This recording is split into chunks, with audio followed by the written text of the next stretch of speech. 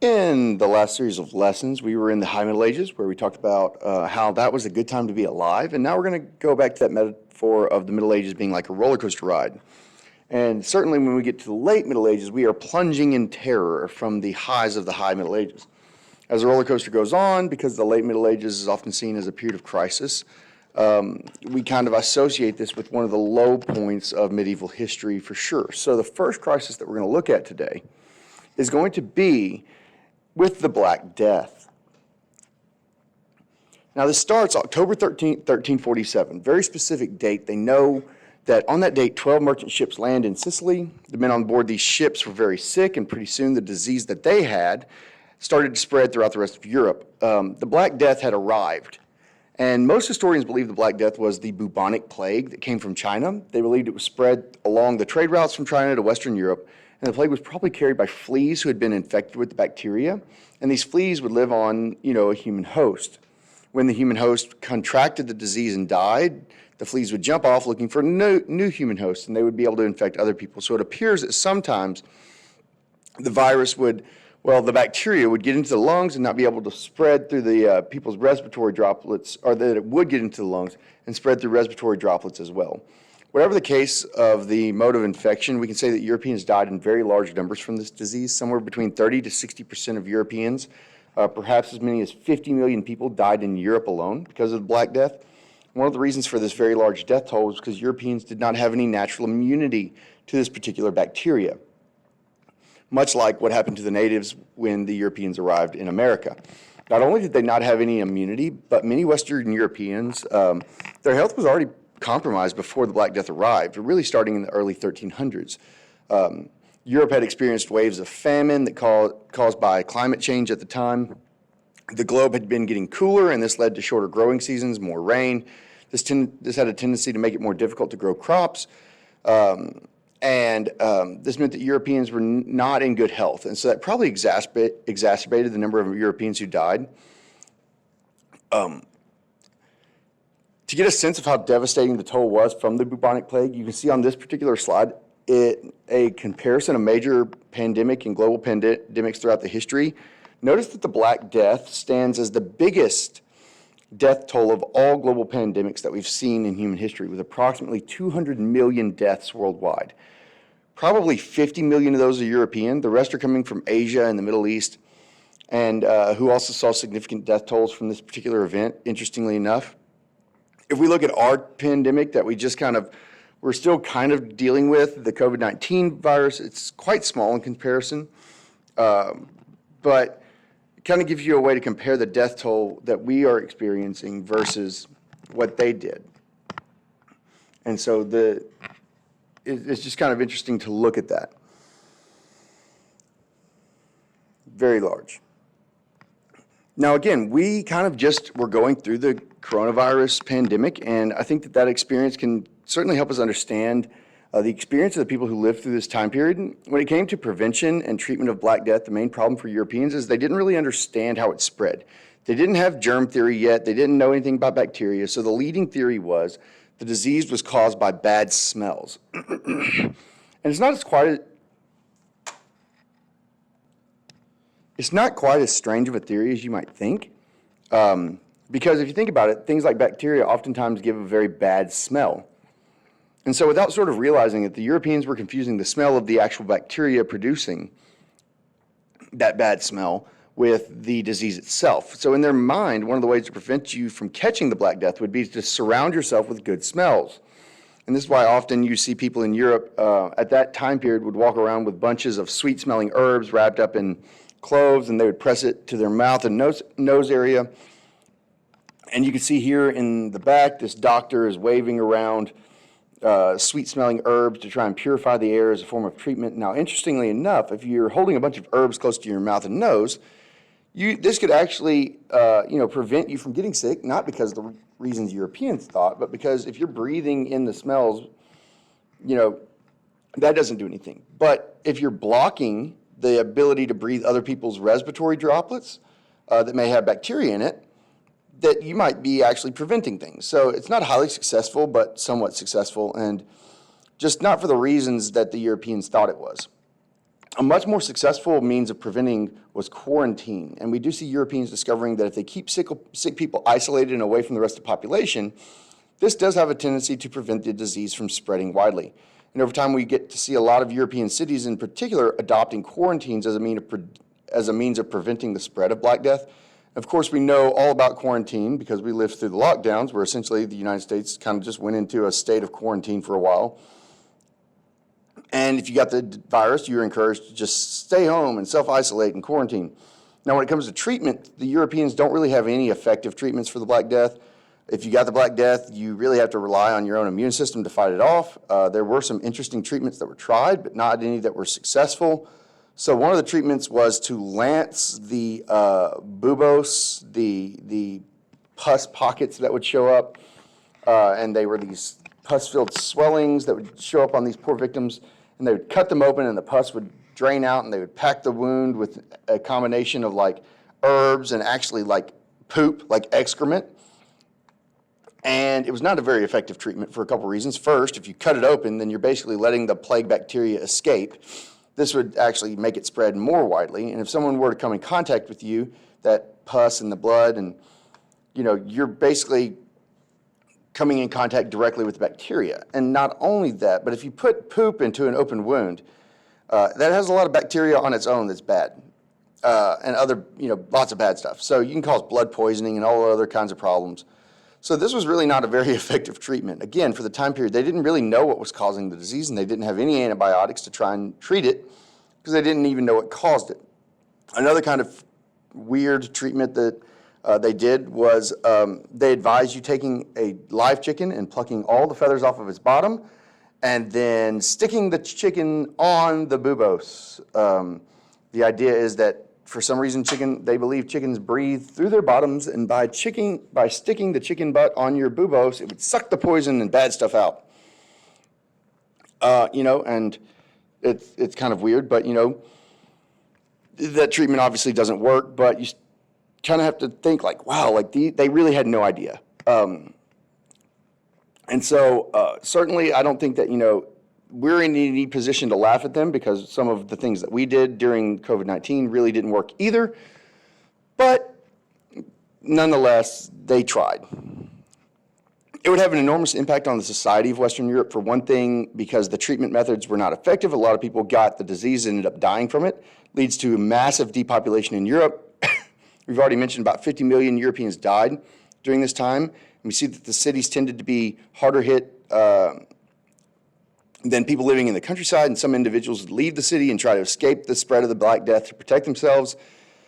People were not dying in the city, or were dying in the city from the plague, and we do see cities losing populations temporarily as some of the wealthier people flee to country estates outside the city. The other thing we start seeing is, in terms of the social effect, is that individuals are looking for someone to blame. We've already mentioned that there's no understanding of germ theory, yet people don't really understand that it's being transmitted by bacteria. So they start looking for a human cause or a supernatural cause. And when they start looking for these people, they start blaming outsiders in the society. And what we see during the time period of the Black Death is that the outsiders who are going to be blamed are the Jewish people. So rumors will start that certain European towns and cities, that the Jews are actually poisoning the wells, the Jews are behind the disease, that they're giving it to Christians, and this would cause people to turn around and attack the Jewish populations. In fact, if we look at the graph, you can kind of see that the time period of the Black Death, we're going to have the large number of towns recording episodes of Jewish persecutions during the Middle Ages. And this is a very difficult time for the Jewish people. Now, again, to kind of draw some modern-day parallels to what's going on here and what went on, there's a few episodes of violence against Asian people in the United States during the COVID-19 pandemic, because we knew the virus was coming from China, so people blamed people of Asian descent for that, which is ridiculous. And you start to see, society blaming and attacking them, and it's not something that's uncommon, but in the Middle Ages, they were focused on the Jews. And overall in society, we get a sense that, the social ties were starting to break down. This is because of the large death toll. So you have parents losing their children, causing families to break apart, spouses dying, you would have children losing parents. And it seemed like there were accounts of people refusing care for family members who got the Black Death out of fear that they themselves would contract Black Death, and so on. So there's widespread social divides happening here and social chaos because of this Black Death pandemic. A high death toll would have devastating economic impacts. So if you have large numbers of population dying, this automatically is going to lead to a decline in productivity. You don't simply just have people available to do work, so their ability to produce goods automatically declines. We find that there's going to be a rise in price that takes place. The graph here that we have, you can see that there's a decline here in the population during the time period, and that at the same time the population is declining. Notice what happens to wages. And this is looking specifically at, say, carpenters, and looking at how wages are being impacted by the Black Death. And so there's a steep decline in wages, meaning that they're unable to purchase products at a time where prices are rising. So wages are falling, prices are rising. This is going to create a great deal of economic stress in the society. And again, we can make some parallels to our present day situation that we've seen. A lot of people are out of work. During the COVID pandemic, their wages had gone down because they weren't working. But we also saw prices going up, and especially on food and goods that people needed because there was a high demand for it. So decline in productivity, rise in price, that's going to be bad economically. The interesting cultural effects of the Black Death is that it has an impact on religion. And we have to look at the effects as kind of going into the opposite directions at the same time. So on one hand, we see a decline in the institutionalized religion coming about because of the lack of priests. If you think about our lesson on the High Middle Ages and the rise of the church power, we mentioned that during the Middle Ages, the church comes to play a central role in the lives of the people of Europe. And this occurs from birth to death. In Western Europe, if you're about to die, what are you going to do? You're going to call for a priest to come give you last rites. So the priests are showing up to do these rites at the beds of sick people, and this means the priests are going to be exposed to the disease in much greater numbers. And then when they die, the fleas maybe jump off and bite the priest gets the Black Death, so priests are dying in large numbers as well, and because they're coming into contact with sick people. This leads to a decline in the institution's ability to sort of keep functioning, because if you don't have priests there to do the work, what are you going to do? And in many cases, the village priest would die, and they wouldn't get a replacement. So the people of the town go about, burying their own plague victims without the presence of a priest there, and they just don't have enough priests to replace those who are lost. So on one hand, we see a decline in religion. We also see the decline translating into some people's attitudes towards religion. Some people really kind of throw religion out the window and say, why should I be caring for the poor? Why should I be doing nice things for people? I might die tomorrow. I might as well live it up. And we have a tendency just to party and because they really want to make the most out of their lives before it's over, and they kind of push religion out the window. On the other hand, you see the opposite effect taking place simultaneously, which is for some portions of the population, we see an increase in religious devotion. Some people go in the exact opposite direction and say, well, if I'm going to die tomorrow, I need to make sure I'm right with God. So they actually make even more devotion to religion. And one group in particular that takes this religious devotion to an extreme during that time period are the flagellants. Now, if you look at the top, you can see a picture of the flagellants and notice that they're doing to themselves. They're whipping themselves. And this is what a flagellant would do. They would go around whipping themselves, and the idea was that they were punishing themselves for their sins. So their belief was that God had sent this plague as punishment to Europe because Europeans were living in wickedness, and this was their divine judgment. And so the flagellants wanted to punish themselves to show God how sorry they were, so he would not, kind of continue to punish them. While their theology is very flawed, you can see how this is a sign of major devotion to religion. And so on the one hand, you have people who are declining in religion, particularly the other, you have a high increase in devotion to religion by others. Eventually, the flagellants are going to be outlawed by the Pope. He's not going to like their theology because it's bad theology. He's going to shut down that movement. But still, we can see an interest in religion coming out of the Black Death. The biggest political effect emerging from after the major outbreak of the Black Death has come to an end. And the Black Death begins to die down in Europe, and 1351, though there will be subsequent smaller waves of plague that sweep through Europe the next several hundred years, but what ends up happening in the aftermath is that you have fewer peasants because a lot of them have died, and these peasants believe that they deserve better wages and better working conditions because their labor is now in higher demand. When the nobles continue to raise taxes, we start to see the peasants growing very discontent, and this leads to peasant uprisings.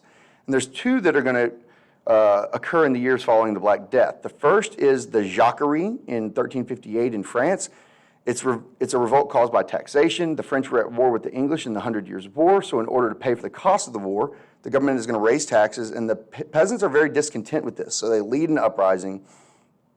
The uprising does get suppressed, and many peasants die in the uprising, but they were trying to, protest as a means of getting a better deal. Unfortunately for them, it really didn't work out. We see a similar thing happening in 1381 with the English peasant revolt. And here we see peasants having a little bit more success.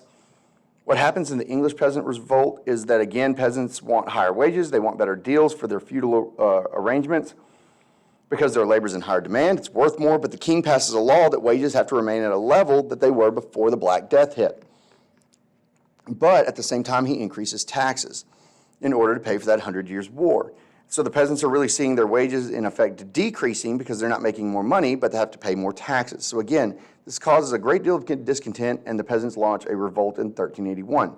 Now, what's interesting about the English peasant revolt is that when they attack nobles and princes' manors. One of the things they do is they go in and attack and destroy documents, particularly their feudal obligations and oaths. And they're destroying these documents, so there's no real record of their obligations. And so this is not some sort of mindless, uprising. There appears to be a significant level of intelligence going on with the peasants that are strategically focusing on attacking things that benefit themselves instead of just mindless acts of violence.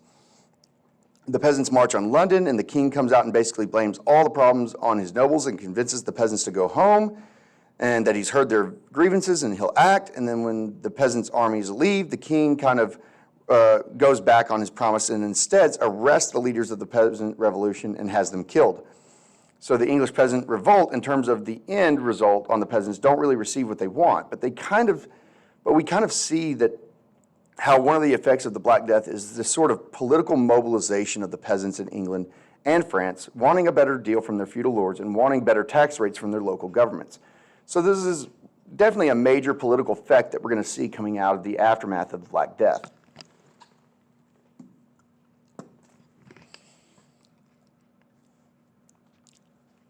The Black Death is very historically significant. For one thing, it leads to an increase in a decrease in life expectancy and an increase in life expectancy and a rise in standard of living for those people who actually survive. There's fewer people living in Europe. This meant that there wasn't as much competition for food supply. People had access to more food. They're more nourished. They were able to live longer than they had been able to prior to the Black Death. We find that those who survive over time would experience an increase in standard of living. There's a large amount of supplies on the market, like things like houses. After the Black Death were in large supply because people who had died left empty houses behind. This did mean that individuals were able to kind of move up in the world by purchasing cheap housing, and over time we see wages rise for workers. Now sometimes they didn't rise high enough and fast enough, and that would lead to those revolts we talked about, but over time we would see those wages rising, and it would lead to an increase in standard of living. If we look at some of the images that you have here, you can see the peasants kind of look happy and pretty well nourished. You can kind of get a sense that the standard of living had improved. Of course, the upper classes also saw a major increase in their standard of living as well. And the upper classes get married, and this comes from, popular storybook of the time period, but it does probably affect what actually, people are doing and wearing and what they have access to in terms of good. They have a lot of fabric, and it's a sign of wealth because you can afford all the fabric. And it does serve a useful purpose. It does not serve a useful purpose, but they can.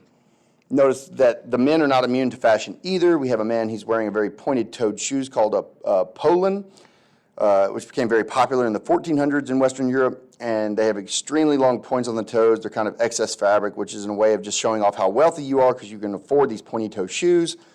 If anything, it actually gets in your way, honestly, but people would actually take those and chain them to their legs to keep them out of their way, and so they don't trip on them. So you see some of this. Now, many of the lords decide to free their peasants and no longer make them provide labor and have obligations for labor in these feudal obligations that were part of manorialism, and instead they free them and simply rent land to them.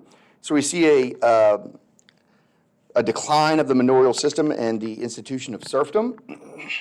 Now, this is primarily in Western Europe. If you start traveling to Eastern Europe, you see it surviving for another few hundred years. The last major significant thing that we see coming out of Black Death is the experience of living through such a traumatic event does encourage people to start calling for religious reform. Remember, many people believe that the reason they were experiencing the plague was because they had been sinning and that God had sent the plague as punishment to them. And so this did create for some people an increase in religious devotion and trying to show, like the flagellants who tried to show God how sorry they were. And it meant that people were interested in making sure the church and church leadership was not engaged in corruption that might bring down God's wrath. And once again, we do see from the time period of the Black Death onward increased calls for religious reform. And we'll be touching on that in more detail later on in this module.